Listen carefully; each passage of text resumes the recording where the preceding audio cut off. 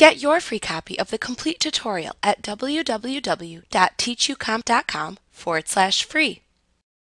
Much of the discussion of elements up until this point has focused on what you can do to edit your raster image elements. Remember that raster image elements are pixel-based, so when you use any of your painting tools, you are changing the pixels in the specified layer. The drawing tools in Photoshop Elements let you create vector-based image elements.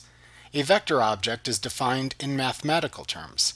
As such, they can be resized, moved, and warped without losing resolution. This is why the text you create in images is so often vector-based. It lets you resize and manipulate the text without sacrificing the text's edge clarity or definition. In this chapter, you will examine the other tools you have in Photoshop Elements that let you create vector-based shapes in your images. Like what you see? Pick up your free copy of the complete tutorial at www.teachucomp.com/free.